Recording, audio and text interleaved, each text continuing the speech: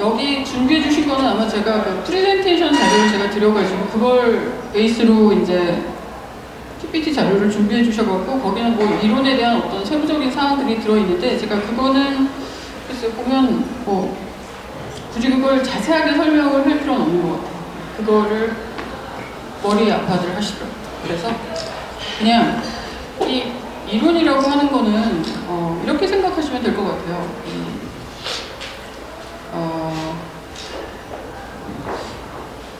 예를 들어서 그 음악을 보시면은 여기에 화성학이나 대위법 같은 게 있잖아요.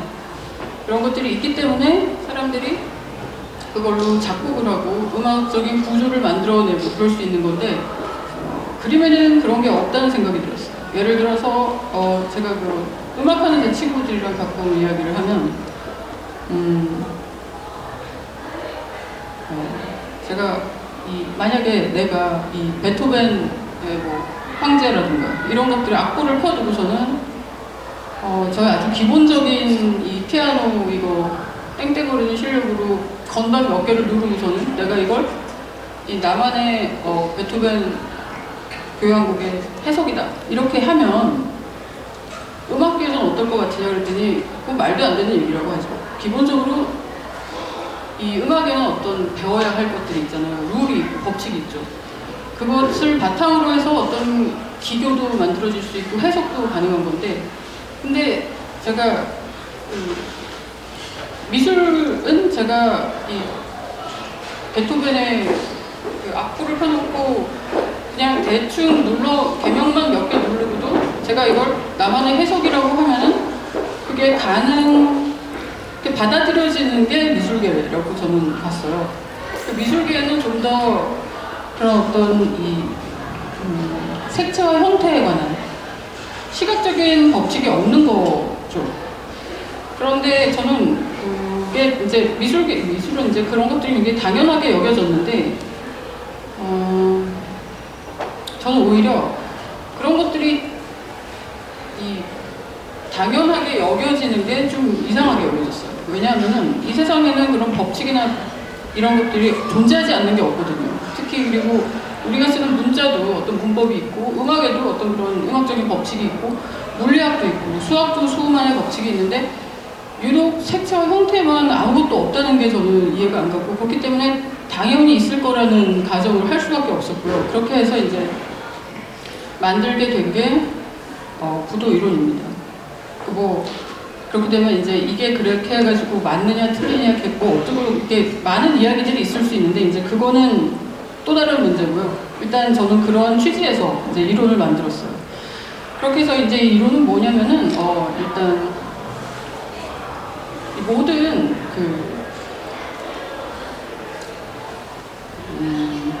뭐라고 해야 되나 어떤 것들이 분석을 하기 위해서는 분석의 단위가 필요하잖아요. 그렇죠.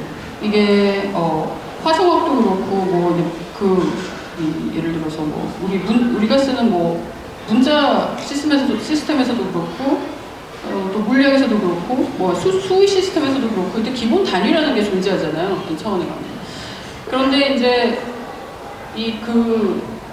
구도 이론은 일단 그런 이 형상의 기본 단위를 이제 만들었어요.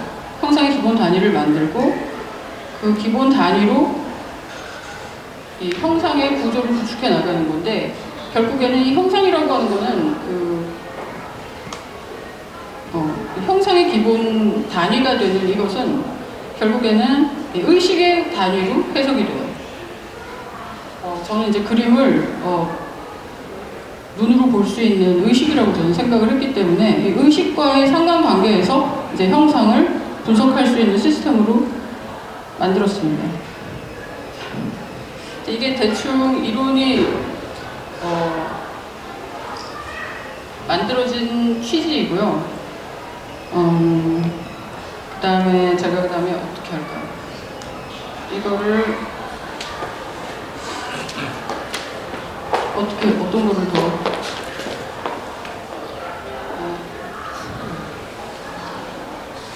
제가 안 보이는데 그래요? 이걸 조금만 해주세요.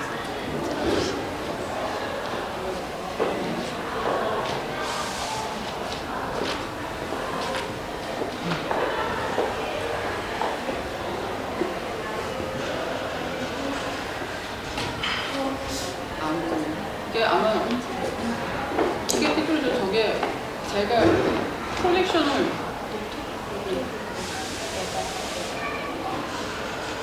아니 그게 아니라 이걸 어떤 거를 보는 거야?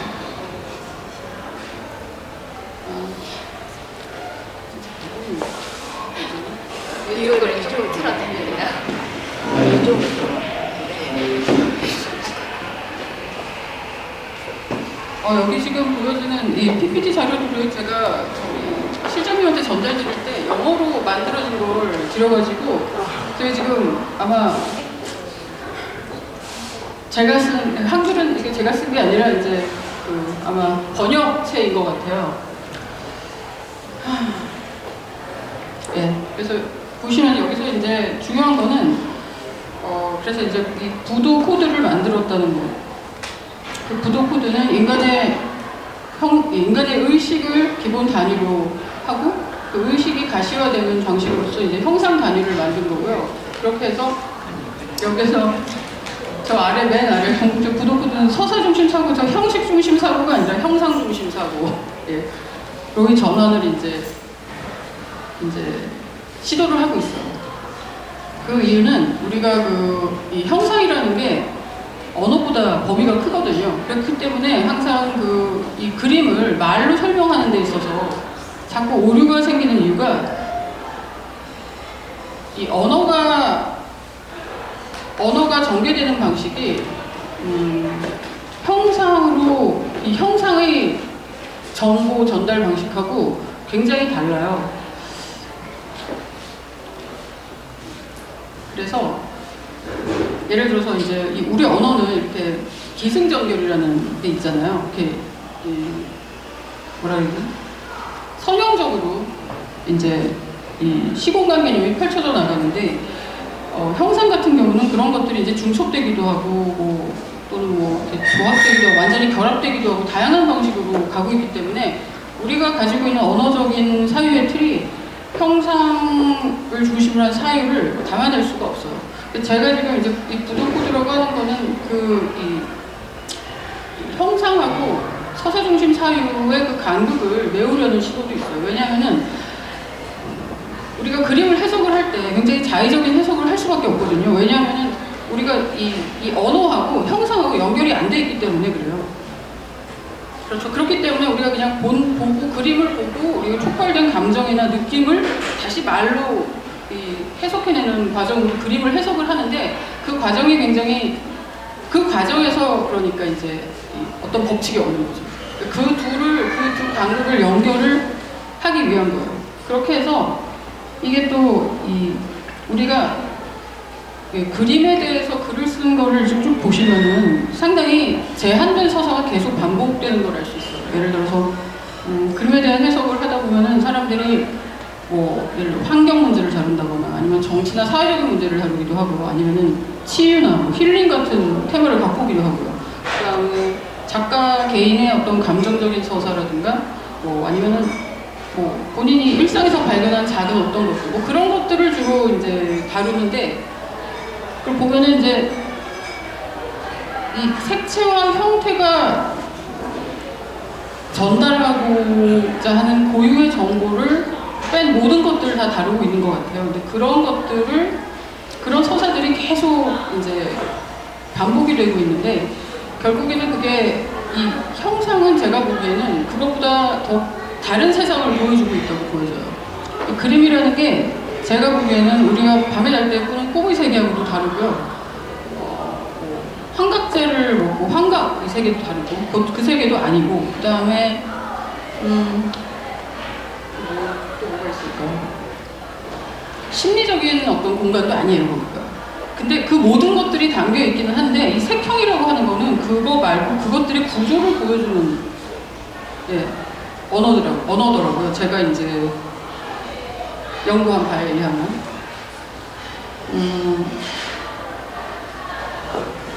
그렇기 때문에 이 그림이 가지고 있는 새로운 정보를 우리가 인식할 수 있게 하기 위해서는 이게 우리가 계속해서 익숙한 서사를 통해 가지고 그림을 계속 사유하고 형상을 사유하고 거기에 대한 해석을 하는 게 아니라 저 그림이 가지고 있는 어떤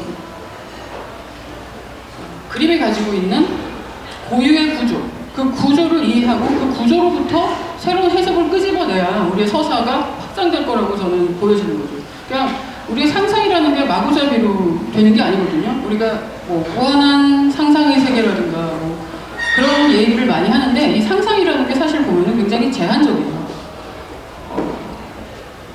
이거는 마치 우리가 방향 감각의 비유를 하면 될 것 같아요. 이게 동서남북과 이런 나침반이 있어서 우리가 방향을 인식하고 길을 갈 때랑 이 방향 자체에 대한 어떤 감각이 없이 그냥 아무데나 막 걸어 나갔을 때랑 자유의 정도가 달라진다고 보여지거든요. 저는 그렇기 때문에 이게 질서라는 게 자유하고 같이 가는 개념이지. 이 질서라든가 법칙이라든가 뭐 문법이라든가 이런 것들이 자유를 제한하는 개념이 아닌데 제가 이제 처음에 이론을 만든다고 하고 이 발표를 하고 이랬을 때 사람들이 가장 먼저 이제 부정적인 반응을 보이시는 분들의 이야기는 그거였어요. 자유로운 상상을 막는다. 우리를 사유의 제한을 이제 두게 만든다는 거죠. 그런 법칙들이. 근데 사실은 그게 아닙니다. 왜냐하면 우리가 어디로 가는지 알고 있어야지 그럼 우리가 이거 말고 또 다른 방향으로 생각을 해낼 수 있거든요. 그렇기 때문에 저는 이 부도 코드가 일단 이 평면이라는 장소에 어떤 방향을 제시하는 거라고 저는 생각을 하고요. 그렇게 해서 저는 이제 그렇기 때문에 이제 그 우리가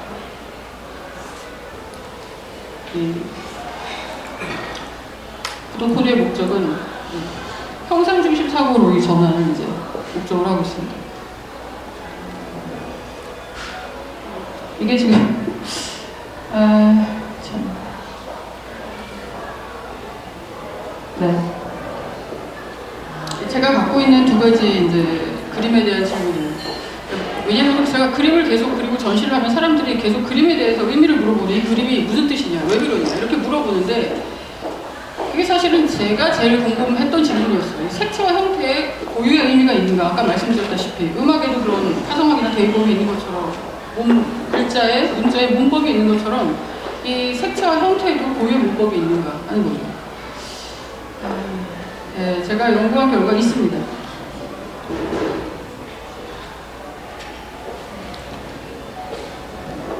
이거를 제가 그냥 자의적으로 한 게 아니라 이렇게 간단히 얘기하기는 굉장히 힘들어요. 제가 그래가지고 이거를 어디까지 얘기를 할지를 잘 몰라가지고 지금 좀 갑작스러워서 이렇게 얘기를 잘 못하겠는데,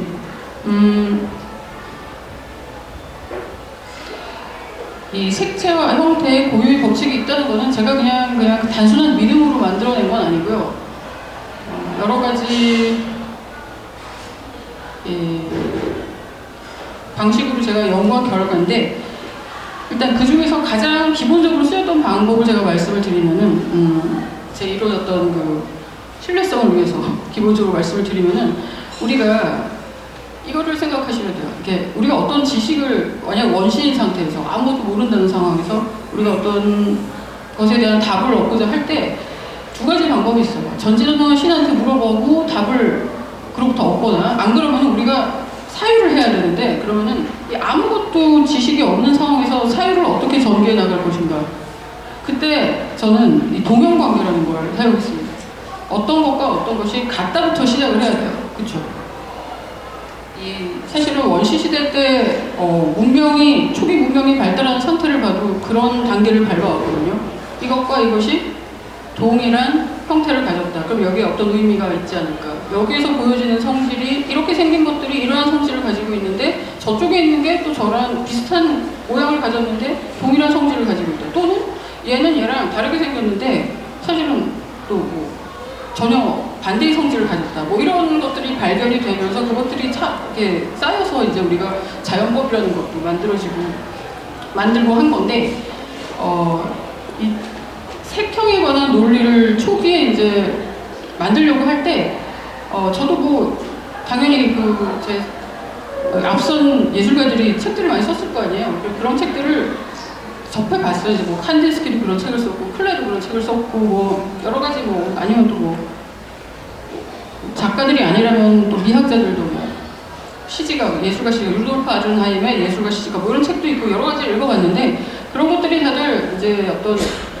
색형의 보편적인 법칙이라기보다는 좀 더 다른 쪽으로 진행되는 것 같더라고요. 만약 그래가지고 이제 저는 그 도형 관계라는 걸 통해 가지고 이제 하나하나 이 색형이 가지고 있는 기본적인 성질, 그 성질과 유사한 성질을 가진 어떤 것들을 계속 그룹으로 묶어 나가면서 그것들의 성질을 정리를 하고 하면서 이제 이론을 만들어 나갔어요.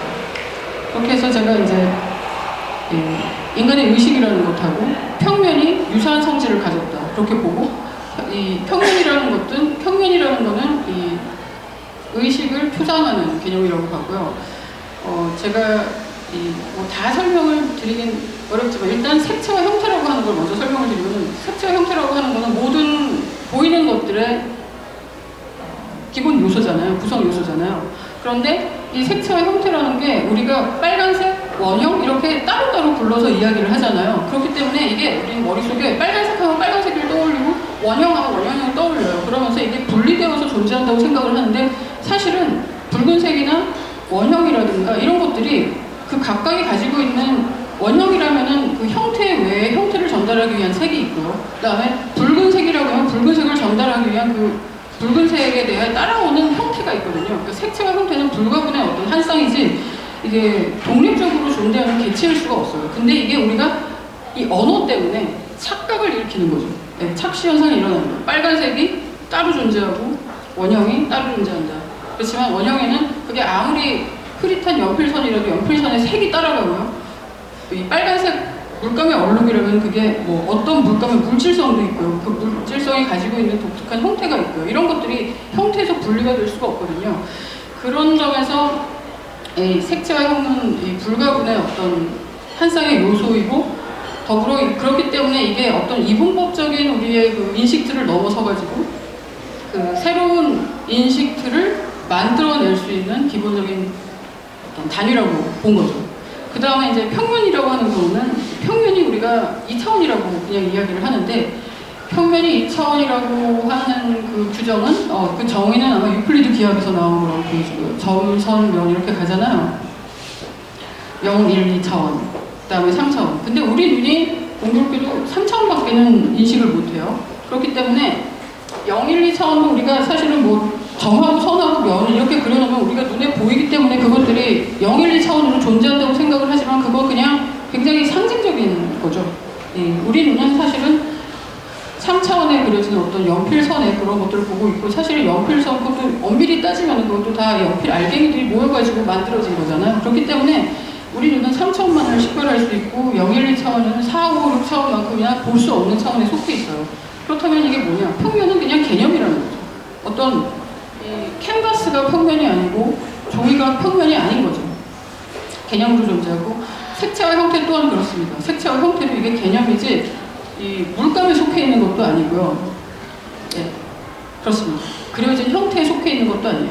색채와 형태도 개념이고 평면도 개념이고 그렇기 때문에 그리고 이 평면이 가지고 있는 성질 역시 이 의식이 가지고 있는 성질과 굉장히 동일해요. 그 둘은 뭐 더 디테일한 이야기가 많겠지만 간단한 것만 먼저 말씀을 드리면은 평면이라는 게 아까 말씀드렸다시피 없잖아요. 아무것도.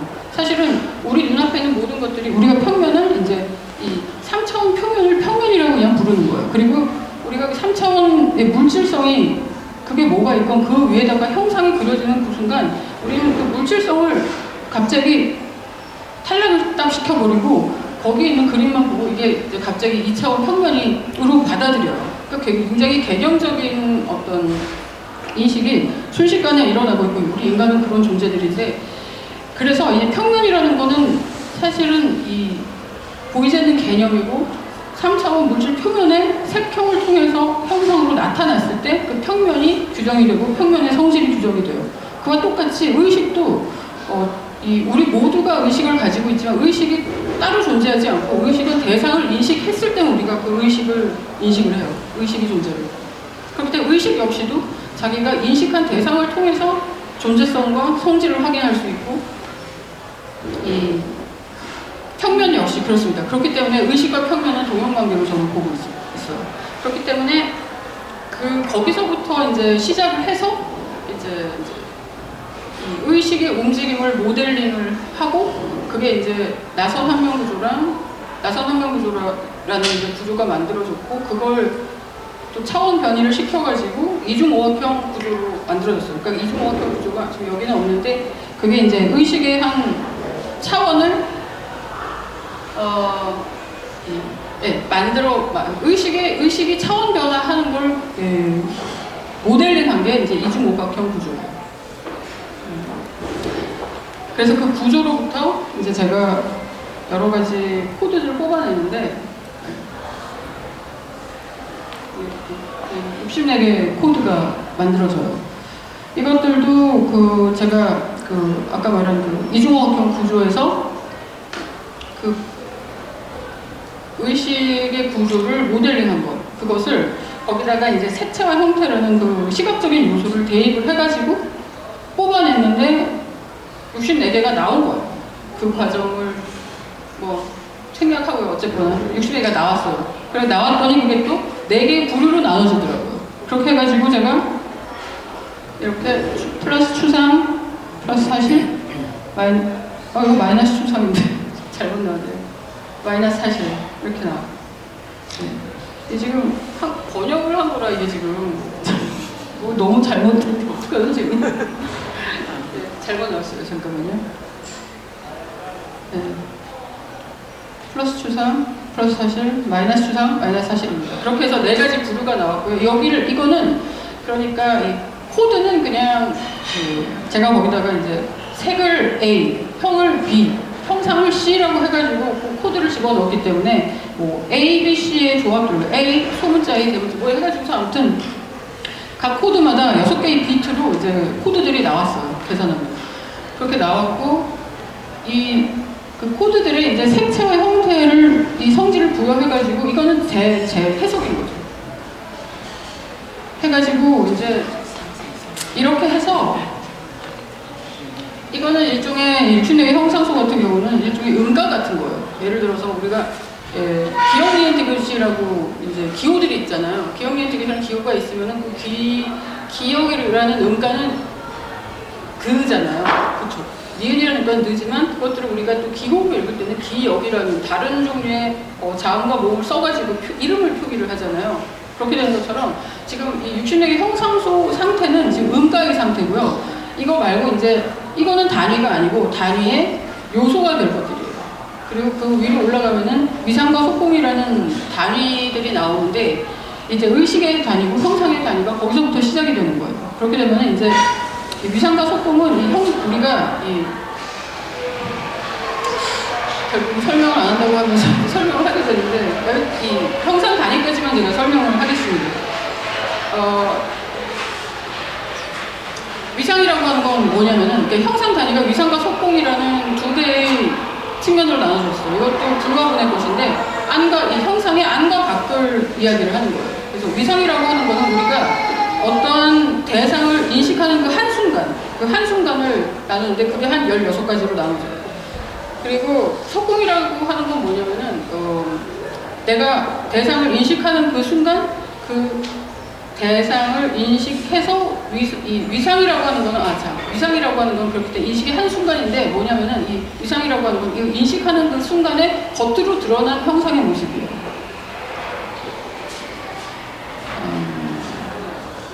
네, 겉으로 드러난 형상의 모습을 16가지로 나눠서 이제 그 위상이라고 붙이고 그 겉으로 드러나는 모습이 그럴 때 이제 그 내적인 변화의 흐름이 있잖아요. 그것을 석공이라고 해서 이 형상을 보고 이 안과 밖이라는 개념을 가질 수 있도록 이제 형상 단위를 만든 거예요. 그렇게 해서 이 안과 밖이 구조가 이제 서로 이제 다르기 때문에 그것들의 조합으로 굉장히 다양한 구조를 만들 수 있어요. 그렇게 해가지고 제가 이제 추구하는 건 그렇게 해서 그림으로 더 복잡한 구조를 이용한 음악을 생각을 해보면 우리가 그냥 고대 원신들이 흥얼거리는 그 상태에서 우리가 개명을 가지고 여러 가지 대위법이 나오고 그러면서 우리가 솔직히 이게 중세 음악보다는 그 좀 지나가지고 한 18세기, 19세기만 가도 음악이 굉장히 확 발전을 하거든요.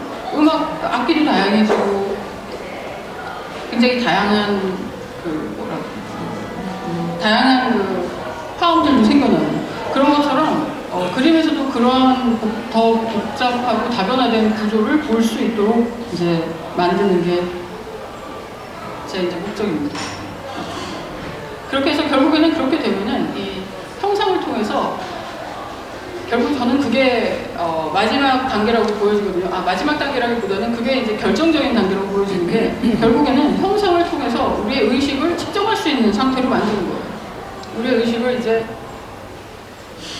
셀 수 있는 개념으로 만들고 이 의식의 차원을 측정하고 의식의 크기를 측정하고 그렇게 되면 개념의 크기를 측정하고 의미의 크기를 측정할 수 있게 되는 거죠. 그런 상태로 만드는 게 이 이론의 목적입니다. 제가 이거는 이 네 가지 작품이 이제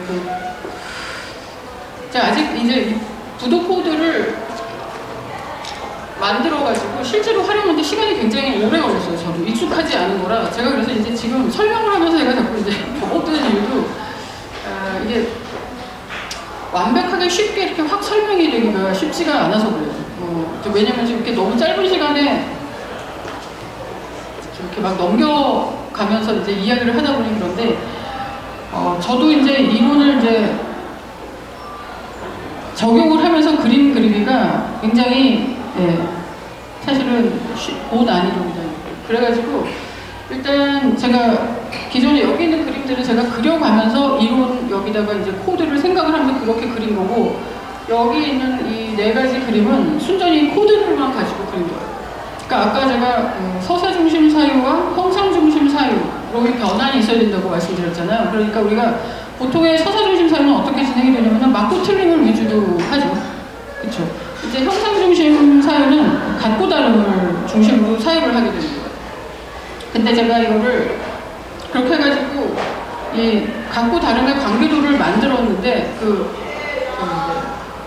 처음 책에 보면 그 관계도가 나와 있어요. 근데 그걸 만들었는데 그 책을 쓸 때 제가 몰랐는데 나중에 보니까 이 수학에 대우명제라는 게 나와 있더라고요. 제가 지금 영어 자료를 지금 해가지고 이렇게 영어로 나온 게 좀 죄송한데 이게 대우명제라고 수학의 논리식에서 나오는데 그게 제가 이제 같음과 반대, 다름과 닮음 이 네 가지로 이제 형상의 관계를 이게 인식을 해서 분석을 할 수 있게 해놨는데 그게 지금 대우명제하고 굉장히 유사한 거의 똑같아요. 똑같이 들어가요. 그래가지고 제가 형상의 코드를 사용해가지고 이 각자 이렇게 네 개가 있잖아요. 여기서 이 서로 이렇게 대각선 관계는 닮음의 관계에 있는 것들이고요. 바로 옆에 있는 것들은 서로 반대의 관계에 있는 그림이에요. 그 다음에 이제 상하에 있는 형상들은 서로 다름의 관계에 있는 형상들이죠. 이게 이제 여러 가지 형상구들이 섞여가지고 저런 형상들을 만드는데 저렇게 이제 이 형상 단위를 통해가지고 형상을 연산을 가능하게 했고 그 다음에 그 연산을 통해서 저런 식으로 어떤 같은 다름, 닮은 반대라는 서로의 관계식을 만들 수 있도록 이제 그렇게 되는 거죠. 이걸 통해서 이제 더 많은 종류의 이게 그러니까 이 형상 언어라는 게 완벽하게 서사적인 문과적인 어떤 것도 아니고 그렇다고 완전하게 또 수학적인 것도 아니고 중간에 있더라고요. 이게. 그렇습니다. 얼마 정도 되나요, 지금? 시간은 네.